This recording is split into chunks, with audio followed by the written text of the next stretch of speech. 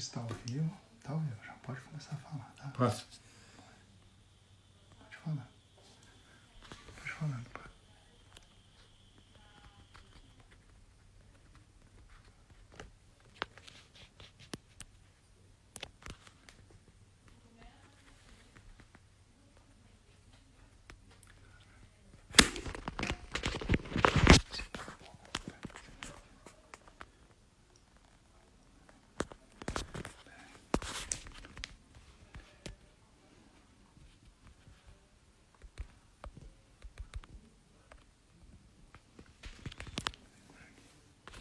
Melhor segurar o tempo todo? Você está falando, tá?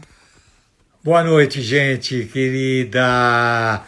Que bom que a gente está aqui essa noite para conversar de olho no olho, né? Olha nossa, quanta gente que está entrando. Alô, alô, oi, Capitolina, boa noite, querida. E aí, Nina? Olha só, toda essa gente, esses irmãzinhos, essas filhinhas, minhas filhotas. Tem até algumas netinhas aí entrando, tá vendo? Agora estamos fixando a câmera, vamos fixando, pronto. Aí, tá bom, não, tá bom, isso. Puta, barbaridade, o negócio não tá indo bem. O negócio não tá indo bem. O negócio tá indo bem. Técnica, atenção, técnica. Alô, gente, que bom. Olha, nós estamos aqui hoje para falar com um convidado muito especial. Muito especial. Ainda estamos com uma certa... especial porque eu vou falar com um querido filhote, um cara que sempre me leu, que eu sei que leu e que se tornou muito meu amigo e uma pessoa que eu admirei muito, que estreou muito cedo na literatura com um monte de livros importantes. Ele nem entrou ainda. Viu? Oba, nossa, como está entrando gente. Eu vou falar, sabe com quem? Com o Rafael Montes, que vocês talvez já conheçam, eu aposto que muitos de vocês já leram o Rafael, porque ele é uma sucessão no Brasil e no mundo. Sim, e como novelista, como escritor e como roteirista também. Só que é um Rafael especial, porque é um Rafael com PH, não é qualquer Rafael. Boa noite, queridos. Muito bacana. Muito...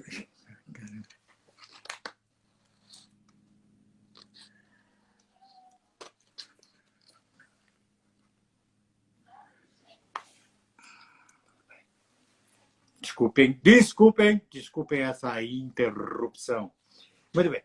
Agora, eu queria realmente chamar o meu querido amigo Rafael para se juntar a gente, para a gente conversar durante quase uma hora e conversar com essa gente linda que está entrando aí. Alô, cadê você, Rafael? Quero ver a tua carinha. Cadê o Rafael? Tá aí. Vamos lá, Rafael. Opa, tá entrando. Vamos lá, Rafael. Poxa, Rafael, vem cá para a gente conversar. Nossa, quanta gente está entrando aí, quanta gente bonita. Eu gosto quando a gente pode falar. Vocês me veem aqui, é poder ver todos vocês. Mas hoje, com a pandemia, não tem nem jeito, né? Nós temos que nos ver dessa maneira. Estamos ainda esperando que o Rafael entre? Estamos ainda esperando. Não é? Puxa vida, o Rafael. Você sabe, o Rafael é uma pessoa que entrou com uma grande novidade formal, uma novela, a novela totalmente à vontade. Dizer tudo como se tivesse o superego escrevendo dele, tá? Quem o conhece já vê, e já deve ter visto, né? Como ele vai fundo, pega às vezes pesado, né? No texto e nas possibilidades do texto. Isso está... o Rafael não está conseguindo entrar, meu Deus. Caramba, mas logo ele, nós estamos preparados e o Rafael não está conseguindo entrar. Olha, Orgulho e Preconceito está sendo lido, Olha o bingo, meus amores. Olha, mas olha, enquanto ele tenta entrar, eu queria agradecer para vocês. Muitos de vocês me ajudaram muito divulgando essa live, tá? Nas suas próprias redes, para chamar todo mundo junto. A gente quer todo mundo junto aqui, né? Olha só, olha aqui. Aí o Rafael entrou. O Rafael entrou. Aí, Rafael. Rafa, cadê tua carinha? Quero ver sua carinha.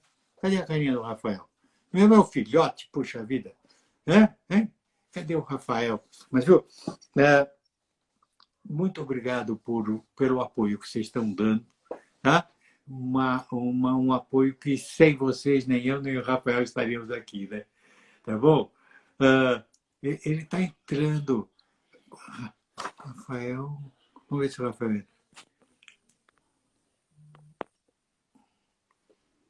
O Rafael tem que entrar aqui para aparecer a carinha dele junto comigo. Junto comigo, não podemos perder tempo. Hein? Olha aí! Oi, Rafael. Olá! Tudo bem? Lá estamos juntos. Querido Rafael. Então, esse é o Rafael que vocês já leram, tenho certeza. Quem não leu, leia, porque vale a pena. E quem não viu, veja, porque além de um grande escritor, ele é um excelente roteirista, né? Todo mundo, será que todo mundo já viu Bom Dia, Verônica? Não viu, veja. Tomara. Porque é bravo, ele é bravo. Ele tem essa cara, mas é bravo, nossa. Querido Rafael, eu queria perguntar para você o seguinte. Eu já te conheço há algum tempo e você disse que me lia quando era menino e que houve influência da obra do Pedro Bandeira no teu desejo de também se comunicar por escrito, não é? Então, eu tenho o maior orgulho de poder ter um meninão como você fazendo todo esse sucesso.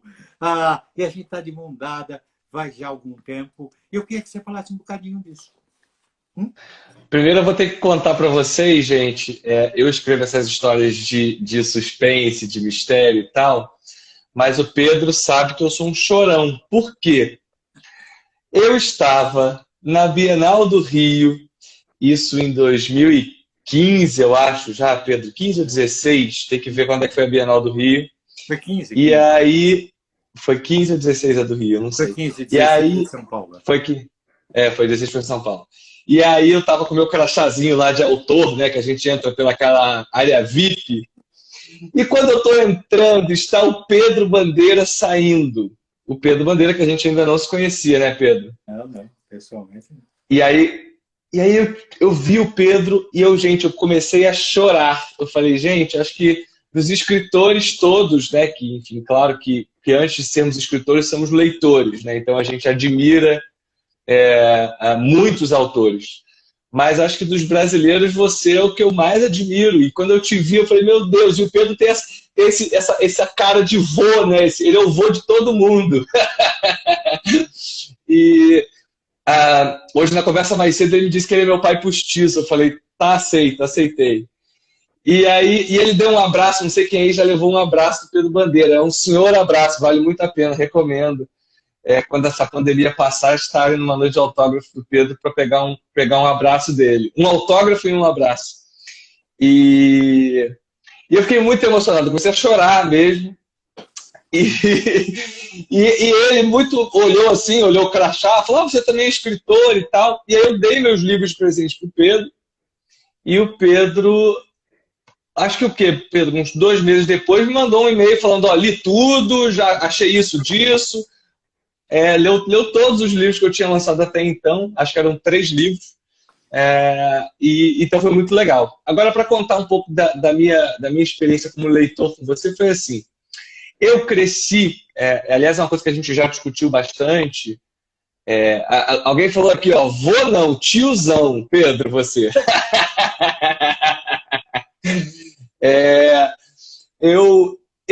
A gente já conversou muito sobre isso, né? A leitura que é adotada nas escolas. Quando na minha escola, eu estudei no São Bento, que é um colégio prestigiado aqui do Rio, a gente lia alguns clássicos. Eu confesso que eu não fiquei apaixonado por literatura, ou seja, eu não era um apaixonado pelos livros, porque eu achava difícil, achava penoso, não era do meu universo, aquilo não me encantava. E aí, indo na minha biblioteca, eu descobri a Droga da Obediência. Até recuperei aqui, ó. Mas a minha versão não era essa, era aquela uma outra capa antiga que é meio esverdeada, com umas crianças na capa, não era essa versão. E aí na minha biblioteca eu peguei a Droga da Obediência e devorei, achei aquilo o máximo. Logo depois a bibliotecária me indicou Sherlock Holmes também, foi outro que eu devorei justamente nessa época, ali pelos meus 12, 13 anos, que foi quando eu comecei a gostar de ler. E aí depois, claro, eu li tudo dos caras, li curiosamente um livro que eu já te falei que eu adoro, até reencontrei ele aqui, o Brincadeira Mortal.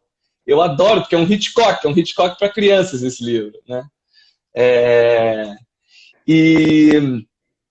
E aí passei a ler você, aí li a Stella Carr, li Marcus Rey. Então eu fui formado assim na época por esses autores, assim, né? E dos brasileiros acho que são esses, você, Stella Carr, Marcus Rey, e dos estrangeiros o Arthur Conan Doyle, que é um mestre para nós, eu sei. Lendo tudo lá que havia do Sherlock Holmes e depois da Agatha Christie também. Então, te encontrar na Bienal anos depois e já como autor foi uma emoção incrível. Você não deve se lembrar que todo mundo deve chorar quando te abraça, né? Então, para você, não sei se você lembra, mas eu fiquei assim, foi realmente muito impressionante. E depois, deliciosamente, a gente ainda ficou amigo, né? Então, eu toda vez que eu começo a falar com o Pedro, eu falo, Pedro, você não tem...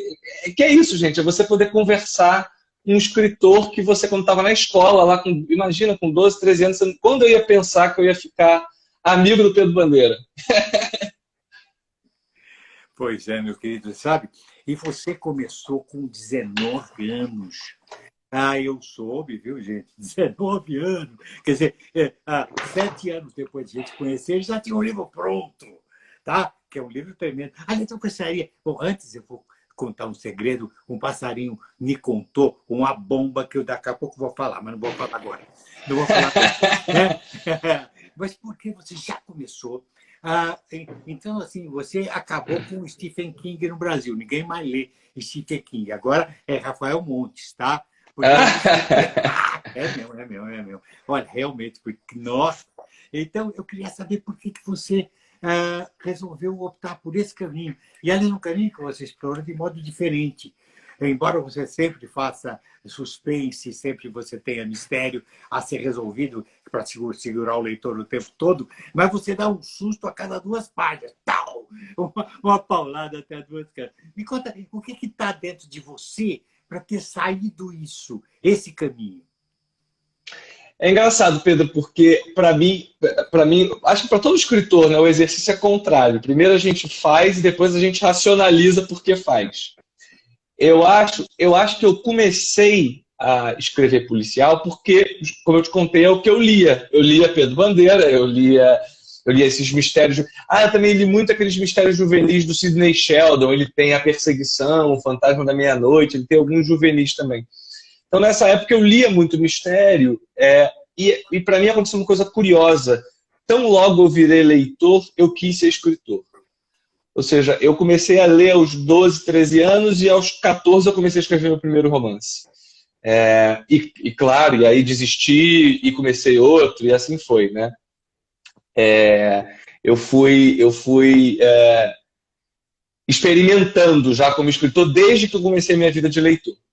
Eu acho que a minha paixão pelo policial, hoje, aí a posteriori, né? Ou seja, já tendo escrito, eu acho que o meu interesse pela literatura policial e de crime e de mistério é porque tratar de crime e de mistério é tratar do ser humano. Você consegue discutir medos, angústias, sonhos, você consegue discutir questões humanas a partir da perspectiva do crime. Acontece um crime e esse crime suscita coisas nas pessoas. Como tem um pouco, os caras é muito isso, né? Cada um dos crimes que eles enfrentam, né? O Anjo da Morte e tal, eles entendem mais o que é amizade, eles entendem mais sobre o grupo, ou seja, eles se transformam conforme investigam um crime. E eu gosto dessa ideia de um ato de violência que leva aquelas pessoas a se transformarem de algum modo. E é por isso que eu comecei a fazer, então, histórias policiais. Hoje em dia, o que me interessa mais é justamente esse lado humano dos personagens do que o próprio crime em si. Por isso que eu faço esse policial que você disse que é meio diferente. Né? Ou seja, é diferente porque não tem essa investigação toda. A investigação é o de menos. O que interessa é os seres humanos por trás, né? Exatamente. Aliás, você falou uma coisa que me encantou, porque é algo que eu acho que sempre acontece com a gente, quando a gente lê. Puxa vida, espera um pouquinho, como está entrando gente aí, obrigado por estar vindo aqui para conhecer o meu querido filhote e amigo do peito, o Rafael Montes. Mas, veja, você falou que na hora que você começou a ler, já te deu vontade de também escrever, também contar história. Então, você estava fazendo aquilo que eu acho que todo o leitor faz. É quando está lendo um livro, entra no livro e começa a inventar coisa do livro. Começa a imaginar como são os personagens, o cenário. Ah, ele poderia dizer isso. Você está escrevendo enquanto lê. Você é parceiro do autor. Você foi meu parceiro enquanto me lia. Tá? Claro. É isso que você está falando. Parceiro e cúmplice. E de repente você falou, por que eu também vou contar a minha história? Tá? Eu também vou. Claro. Isso é muito bacana. Você sabe, Pedro, que essa é a grande diferença para mim de escrever literatura e escrever roteiro. Porque na literatura, o leitor ele é o parceiro, ele é o cúmplice. Né? Por exemplo, eu sou um dos caras, porque quando eu li, eu era um dos caras. Entende? E quando você joga na tela, ou seja, quando você faz um roteiro, você sabe que necessariamente depois vem um diretor, vem um produtor, vem um ator que vai fazer aquele personagem. Ou seja, tudo, eu brinco que no audiovisual tudo é imposto, né? Ou seja, a cara do personagem é o ator, o tom dado para aquela cena é da montagem, da trilha sonora, da maneira que foi dirigido. A própria duração, né? Se você pensar um filme, quem impõe a duração de um filme é o filme, tá lá, o filme dura 1h30. Um livro você lê no tempo que você quiser, você vira à noite lendo, você fala, caramba, tô preso, vou continuar aqui. Ou então você fala, não, vou parar porque eu quero guardar um pouquinho para amanhã. Você não pode guardar um pouquinho para amanhã do filme. Né? Do livro você pode. A relação escritor-leitor é muito interessante e diferente de fazer roteiro. Por isso que eu tenho prazeres bem distintos. Assim. Porque para mim são coisas muito diferentes em termos de relação com o público mesmo, sabe? Olha, agora eu vou aproveitar. Puxa vida, nossa, Rafael, quanta gente que está aqui espiando a gente. Olha, eu só quero lembrar o seguinte, dá uma olhada no canal do YouTube, viu? O link está aí na bio, tá? Dá uma olhada. Mas agora, nós vamos no grande furo de reportagem. Nossa reportagem descobriu o seguinte, o meu amigo, meu filhote querido, Rafael Montes, eu acho que ele trabalha com 2 computadores e as 2 mãos. Porque enquanto, ouvi falar, enquanto ele está fazendo o Bom Dia Verônica com outra mão, ouvi dizer que ele está escrevendo uma novela juvenil. Tchá, tchá, tchá. É verdade isso? É verdade, Rafael? Olha, eu sei, vou contar agora a minha versão dessa história. Eu estava, antes do início dessa pandemia, em São Paulo, e fui encontrar um amigo meu, escritor, chamado Pedro. E o Pedro... Gente, o que vocês fazem se vocês escutam isso? O Pedro vira e fala, pô, Rafa, li seus livros e tal, você tem que fazer um livro juvenil. Você tem que fazer, porque eu faço... mas eu tô precisando, né? É bom ter herdeiros fazendo livros juvenis. Então, gente, quando você recebe quase um convite ou uma intimação dessa do Pedro Bandeira, o que você faz? Você senta e escreve, né? Então, sim, estou escrevendo uma história juvenil sob a tutoria, conselho e olhar inteligente e sagaz de Pedro Bandeira. Ou seja, vai dar certo esse negócio. E está sendo muito divertido. É muito libertador, né, escrever para jovens, né, assim, porque você pode... minha impressão é... Eu tô me divertindo mais até do que escrevendo ficção adulta. Mas, sabe, Rafael, eu acho que a tua ficção adulta, eu li quando eu não te conhecia, mas você me deu os teus livros aí, eu já comecei a ler no avião de volta, e era até... eu me surpreendi com tudo aquilo, mas veja, eu achei que esses livros estavam prontos para ser lidos por aquele jovem adulto, por aquele que a psicologia chama de adolescência juvenil, que vem depois dos 15, 16, 17. Realmente, eu acho que você pegou muito esse leitor. Tá? Eu acho que você pegou muito esse leitor. Tá? Aliás, eu achei até que com outra linguagem, a linguagem do terror, a linguagem do suspense, você está com aquelas minhas irmãs queridas, minhas filhinhas lindas, né? Que estão fazendo uma literatura romântica e psicológica, Thalita Rebouças, né? Minha querida Thalita, que é tua amiga também, né? Mas eu acho que você já vinha sendo consumido por pessoas jovens, daí até os 30 anos, 20 ou 25 e tal. Eu acho que esse é o teu leitor. Eu acho que é o teu leitor, não sei, mas eu sinto que sim. Eu sinto que sim, eu sinto que esse leitor já está trabalhando, já tem sua vida e tal, mas que está te devorando. Tá? Não sei se no Brasil, no mundo inteiro, mas no Brasil eu creio que é esse leitor que você está cooptando. Então, dá aquela puxadinha para pegar ele um pouquinho antes, aí pelos 12, 13, 14, tá? Que é o finzinho do Fundamental 1, quando o cara está começando a se libertar da casa e quer sonhar tudo. Porque, veja, ele assiste filmes bastante bravos, bastante violentos e tudo mais. Agora, entrar nessa literatura e deixar que ele imagine aquelas cenas tremendas que você descreve, nossa, ele se põe lá dentro, cara. Entendeu? Nossa, olha, Claro. Realmente, e por isso que eu digo que é uma novidade. Você ousou entrar aí, sabendo que eles haveriam de consumir esse tipo de texto, tá? Então, total. Eu acho, Pedro, que sim, eu pego esse público. Assim, meus livros todos têm violência, alguns têm palavrão, né? Os meus livros adultos. E aí, então, assim, em tese são livros adultos. Mas eu pego um público de 15, 16. O Vilarejo, por exemplo, é um livro que fez muito sucesso para uma galera mais jovem. Uma Mulher no Escuro também, que é o meu livro mais recente, também fez muito sucesso com uma galera mais jovem.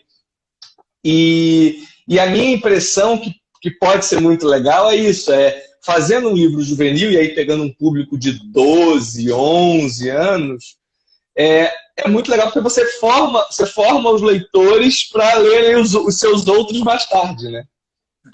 Ou seja, isso é bonito, né? Você que nem que você faz isso, né? Tem Pedro Bandeira para todas as idades. Você vai ficando mais velho, você tem outros Pedro Bandeiras para ler, né? Você vai preparar já os irmãos menores de quem já é teu leitor. Quem já curtiu. Exatamente. Porque você é aquele leitor, você joga muita violência, muito suspense, mas a tua obra é aberta, permite que eu senti isso, que o teu leitor entre no teu livro e comece a participar, a imaginar ali dentro, entendeu? E por que não? Por que não desde os 11, né? Porque antes é um sonhozinho e tudo mais, mas aí ele já começa a criar. Eu acho que você abriu essa porta. Por isso que eu, sei lá, não te intimei, mas acho que intimei mesmo, para você entrar nesse... Mas você sabe, Pedro, e você me falou uma coisa muito importante. Você falou assim, Rafa, quando você for escrever seu livro juvenil, faça um livro juvenil mantendo quem você é. Você me falou isso, eu lembro. Você falou, não é para você transformar, você tem que fazer a sua identidade, que é cheio com as viradas, com uma certa violência, claro que menos violência, porque é juvenil, mas não pode ser um livro... Você me falou isso, né? Criança não é boba. Criança gosta de coisa séria. Gosta de fantasia, gosta de imaginar, mas gosta de coisa séria. E aí você falou, foi interessante porque você descreveu para mim... Olha, o Pedro, minha professora de português está aí, minha professora de português da escola, assistindo a gente. E, Olha, que bacana. e aí é super legal porque você me falou isso, né, da marca autoral. E eu queria te perguntar uma coisa. Pode fazer uma pergunta? Não está previsto no roteiro, mas eu quero fazer uma pergunta. Qual Faça. você acha que é a sua marca autoral? O que você vê em comum em todos os seus livros, assim? Eu acho que é o que você estava falando, que me importa é a personagem, mas eu sou quase que um antecessor de você mesmo, tá? Eu pego essa criança, fui levando. Eu acho que você pegou o meu leitor e o meu leitor foi ler você.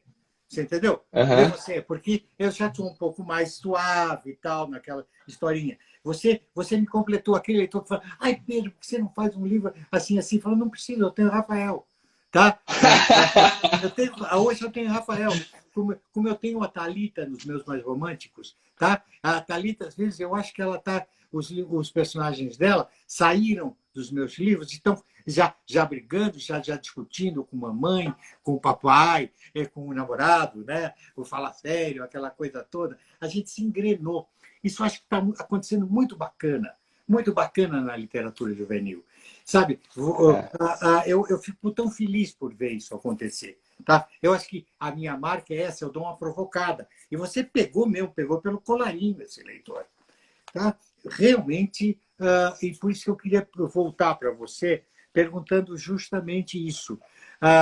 Como é que você pegou esse leitor e botou no colo e falou: vem comigo? Eu acho que foi. É engraçado, Pedro. Quando eu comecei a escrever, eu não sei como é que foi, como que era na sua época, quando você decidiu falar, você é escritor no Brasil. Mas quando eu comecei a escrever, todo mundo dizia que era uma loucura ser escritor. E que principalmente literatura policial a gente não tinha tantos leitores, né? A literatura policial é muito conhecida e lida e vendida no mundo inteiro.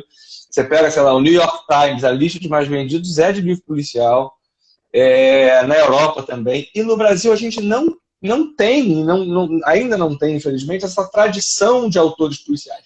A gente tem autores esparsos que se dedicam à literatura policial, né? O Rubem Fonseca, alguns dizem que não é, mas eu acho que é.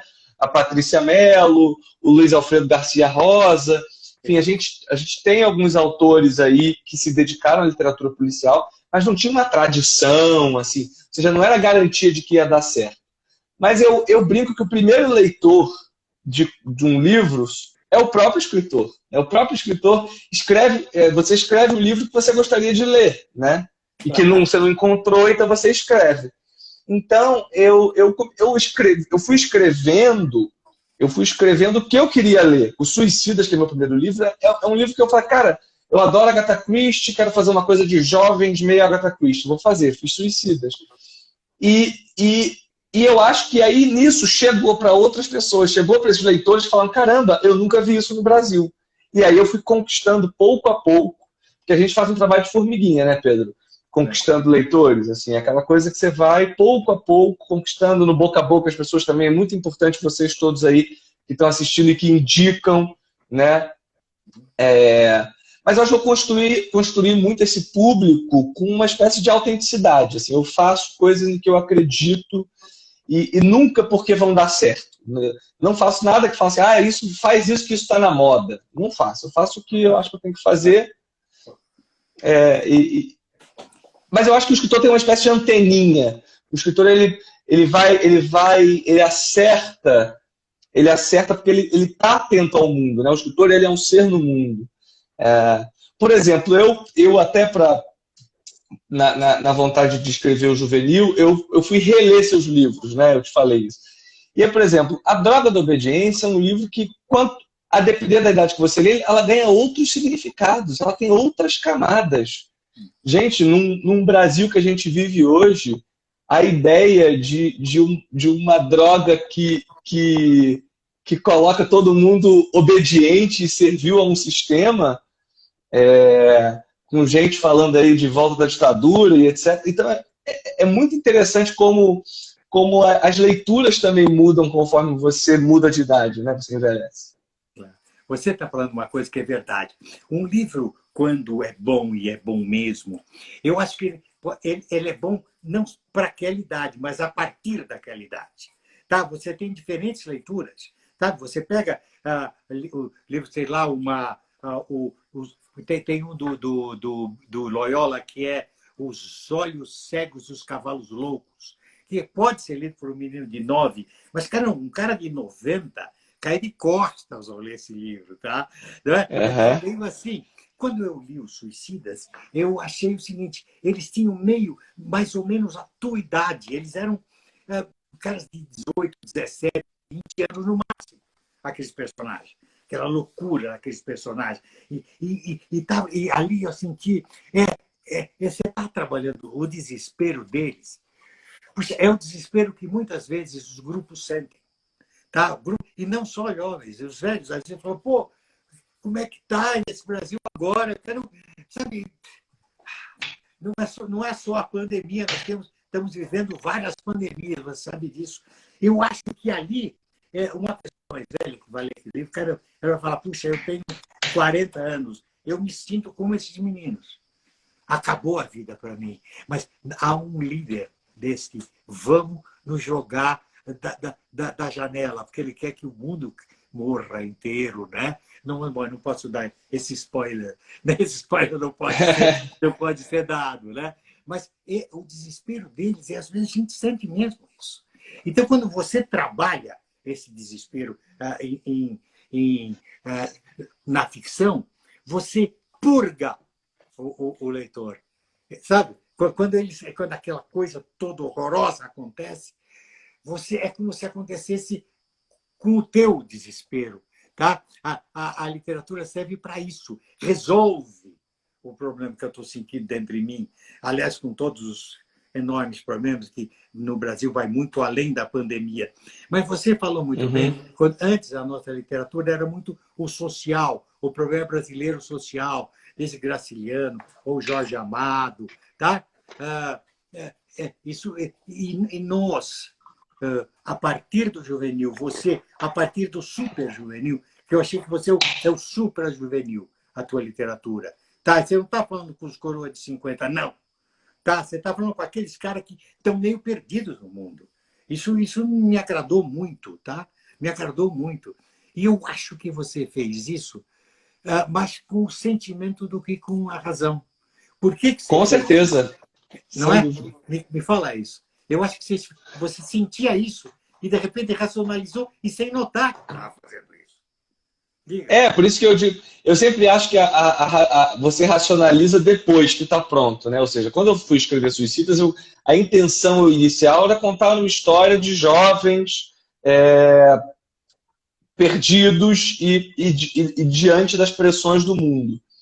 E então, eu escrevi o livro foi publicado. Tá? Aí, tempos depois, eu fui pensar, falei, caramba, olhando as pessoas ao meu redor, pessoas que estudaram comigo na minha faculdade, antigamente, você ouvia, né? Estuda, meu filho, estuda que você vai ser alguém.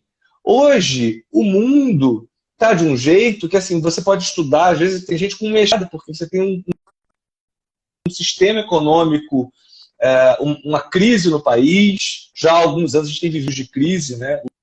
Longos períodos de crise.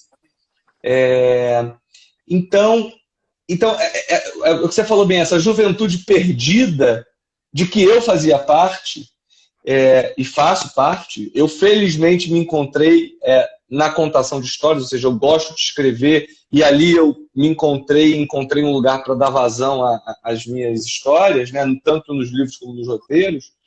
Mas eu tenho vários colegas que até hoje são perdidos de o que eu quero da minha vida, será que eu tenho que mesmo que casar, ter filho, que profissão que eu quero. Então eu acho que a gente vive muito nesse momento e o Suicidas especialmente traduz muito isso, né? Cada um dos outros livros também traduz outros sentimentos típicos do jovem. Eu escrevo muito sobre, você falou bem, eu escrevo muito sobre o universo em que eu vivo, assim, né? Os personagens não sou eu, nenhum dos personagens, mas são pessoas que eu conheço, coisas às vezes que eu detesto. Eu coloco às vezes para um personagem que é tudo que eu não gosto em alguém. Mas percebe, ao criar um personagem que é tudo que eu não gosto, também esse personagem sou eu, porque a referência sou eu, mesmo que seja o que eu não gosto, né? E eu acho que é isso. Eu sinto o à vontade, você não se você não se amarra e não se censura, mas não a você mesmo. A este grupo, você está dando o clima.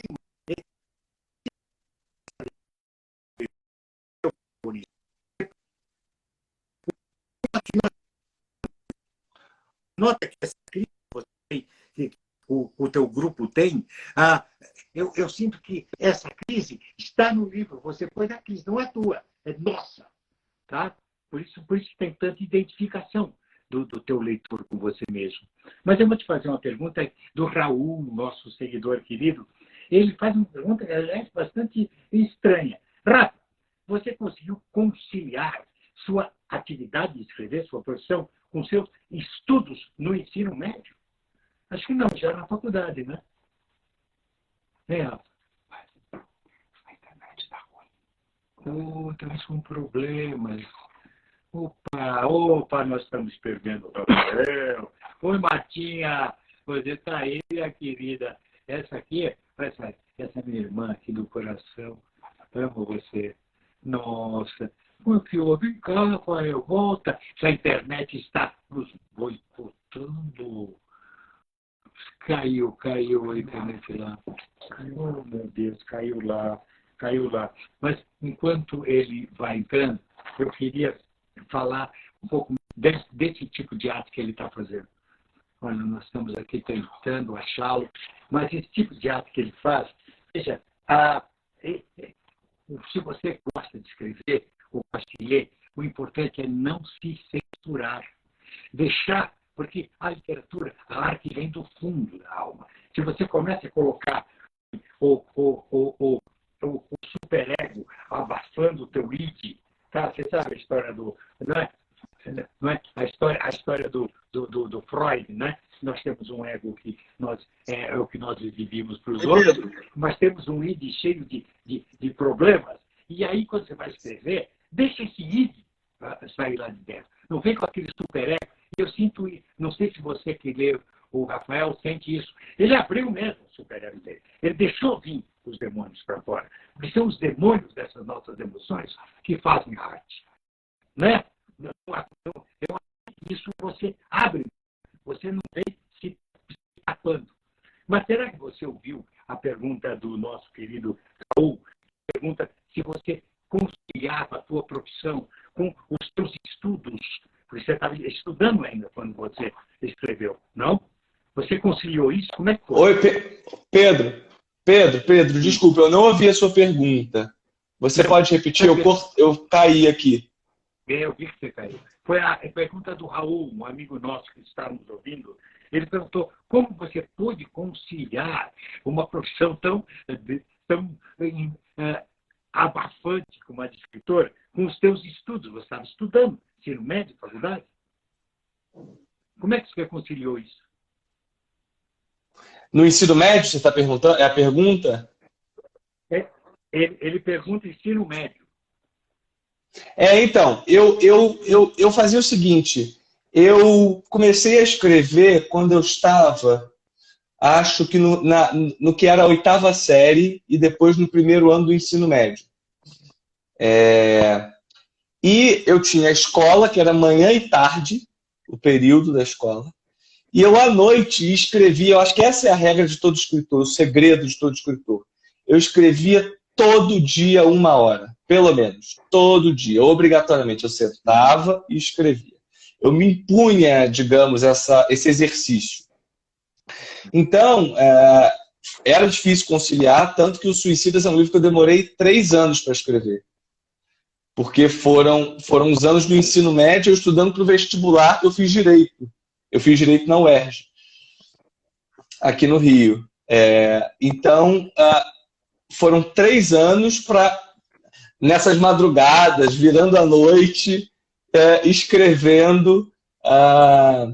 Mas eu acho que é isso, eu acho que escrever é uma necessidade. Eu não consigo... Você consegue tirar férias de escrever? Eu não consigo.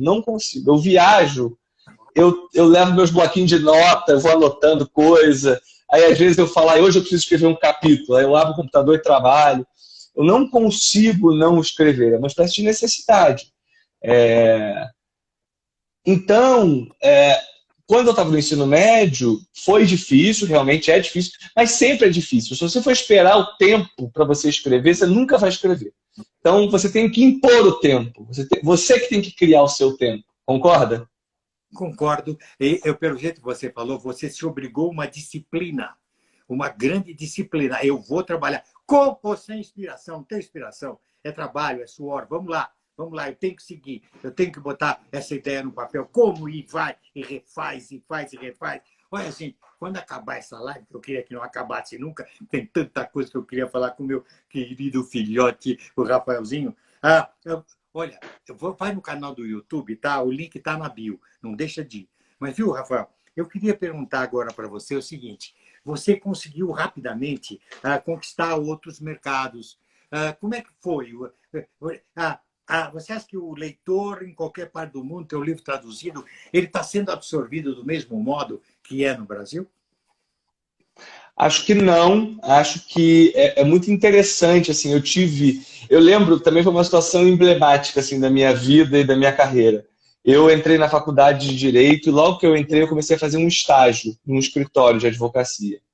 Então, a minha vida era, eu ia para a UERJ de manhã, de 7 a meio-dia, 1 da tarde. Aí eu saía da UERJ e ia, que é ali no Maracanã, no Rio, e ia para o escritório onde eu trabalhava no centro da cidade. E, e aí eu ia para esse escritório, trabalhava de 1 da tarde a, sei lá, 8 da noite. E aí, 8 da noite, quando eu chegava em casa, é que eu começava a escrever o livro, porque eu continuei escrevendo. Então, eu escrevia de 8 às 10, jantava e ia dormir, porque no dia seguinte tinha aula às 7 da manhã de novo. Então, essa era a rotina, né? E eu lembro do dia em que eu estava de terno no ponto de ônibus, saindo da faculdade. Eu ia de terno para a faculdade, porque depois eu tinha que ir para o escritório. Quando toco meu telefone, e é a minha agente literária, falando assim: Rafael, você está sentado? Aí eu falei: não, peraí que eu vou sentar. Eu sentei no ponto de ônibus. E ela falou assim: o Dias Perfeitos, que é o meu segundo romance, acaba de ser vendido para os Estados Unidos, para a Penguin, que é uma editora incrível, né? Uma editora muito grande. E eu falei: cara, não acredito. E demorou ainda. E eu fui para o trabalho naquele dia. Eu lembro que eu virei para o meu chefe e falei: cara, eu não vou conseguir trabalhar hoje, esquece. Eu fiz que eu não estou aqui porque eu não vou conseguir trabalhar. Meu estado de excitação era tal que eu não dava. E nos dias seguintes, o livro foi vendido para muitos outros países. Naquela mesma, foi em uma semana, ele foi vendido para acho que 15 países, 15 ou 20 países. Hoje está em 25, 26 países. E aí é muito interessante porque aí foi vendido e aí eu passei a ter os olhares do exterior. Em alguns países o livro deu muito certo. Por exemplo, deu muito certo na Polônia. O Dias Perfeitos e depois o Jantar Secreto viraram best-sellers na Polônia. Eu recebi uma lista de mais vendidos, está lá, Dias Perfeitos em polonês.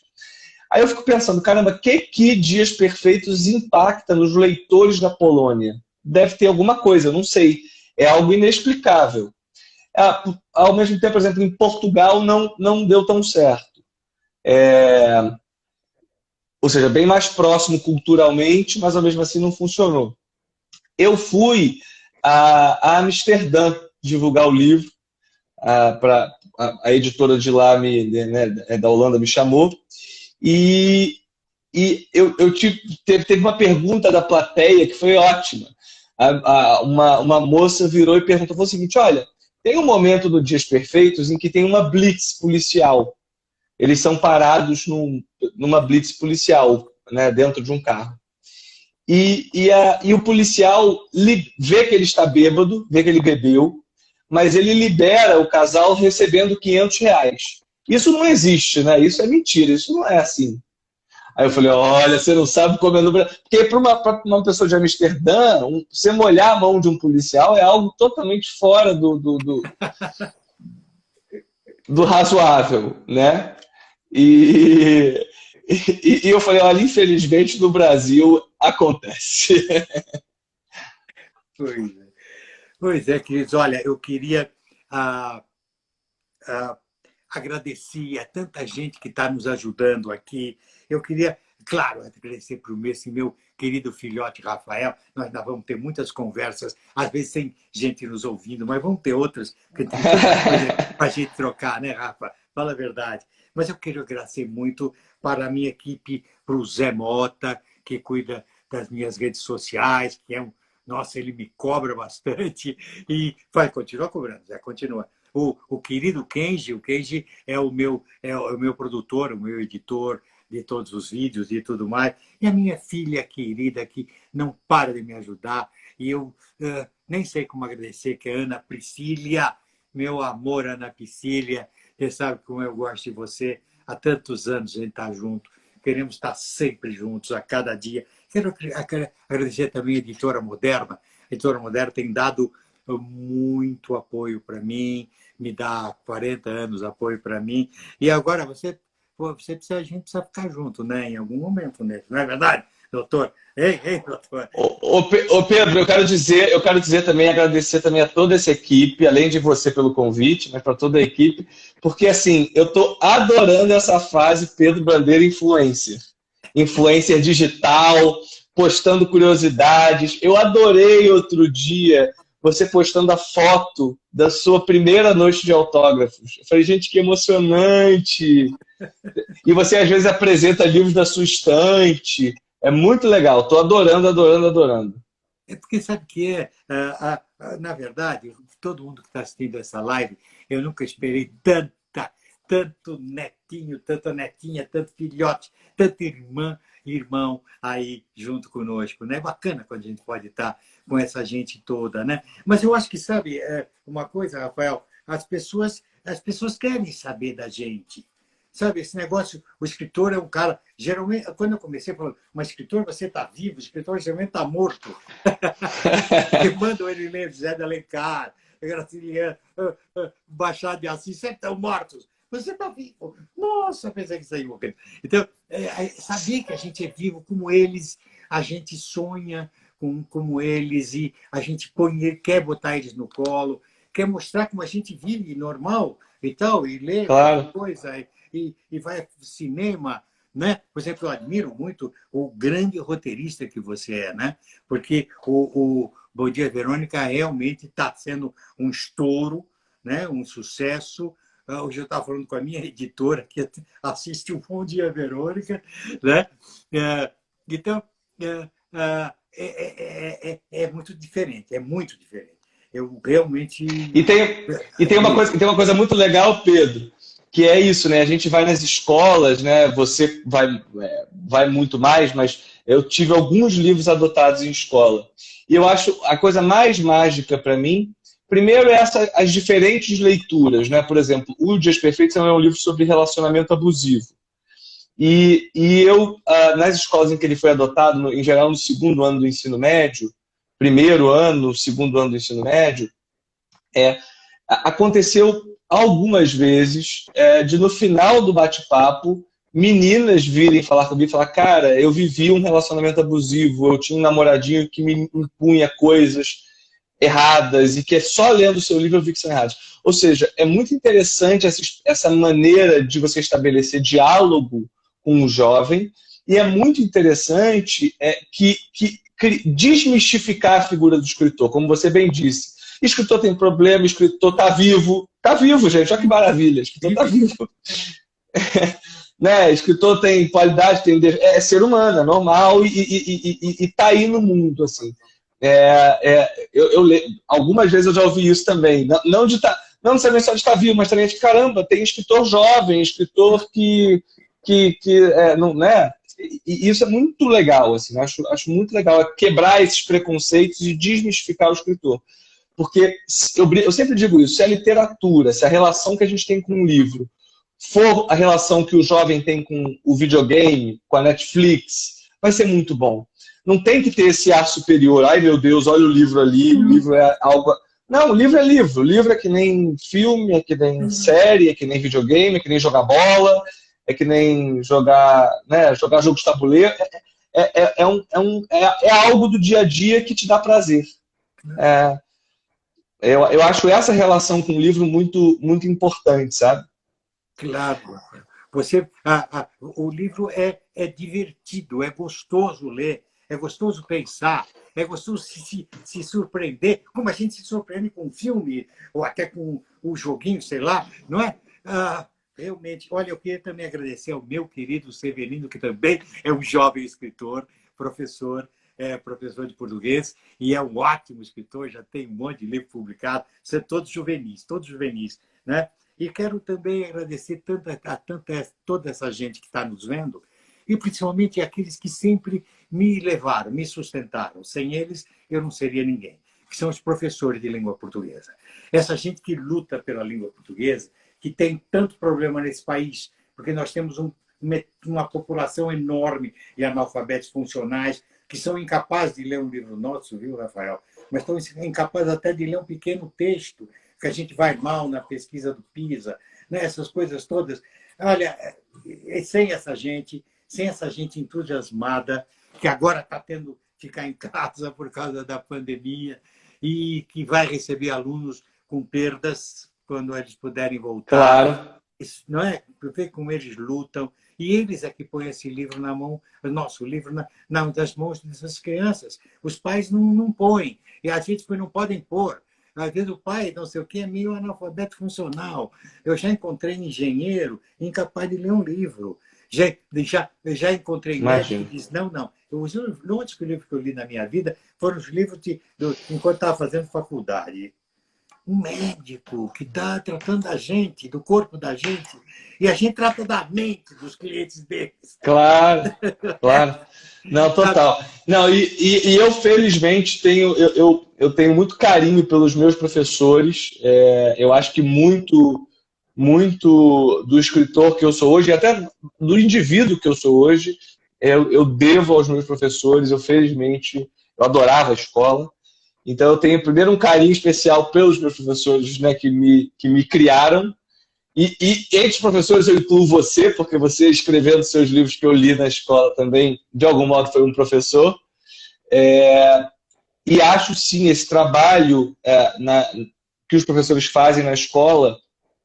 E eu converso muito com os professores sobre isso, sobre esse trabalho de desmistificar o livro, de falar, cara, tenha prazer de ler o livro. É legal, é o que você falou, é legal ler livro, entendeu? Eu acho muito, muito importante. Realmente.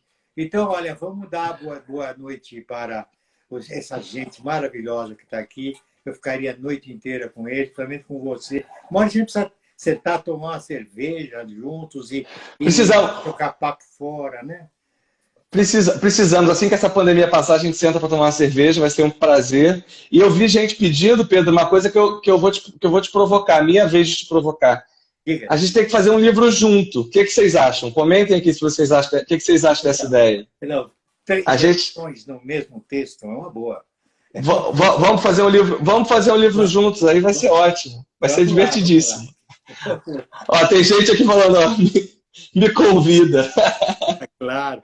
Viu? Eu queria convidar todo mundo que na quarta-feira que vem, dia 24, nós vamos ter uma reunião como essa com professores e professoras, tá? Vai ser bem legal. Para se inscrever, abra os stories no Instagram quando essa live acabar. Que eu queria que não acabasse. Se arrasta para cima, tá? Querido Rafael, um beijo para você. E você é um cara que me entusiasma, viu? Me entusiasmou. Foi ótimo te conhecer há 5 anos, quase 6 anos atrás, né?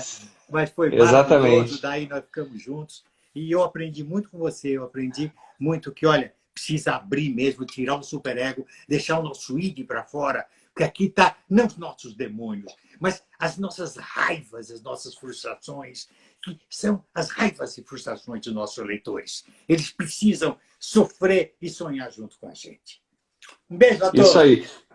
Pedro, obrigado pelo convite e obrigado pelo carinho que você tem comigo, com o meu trabalho, e agradeço em nome de todos os leitores que estão assistindo a gente pelo seu trabalho incrível que você faz e por esse carinho que você tem. Então, beijo, e eu queria poder te dar um abraço, assim, ó, aquele abraço à distância.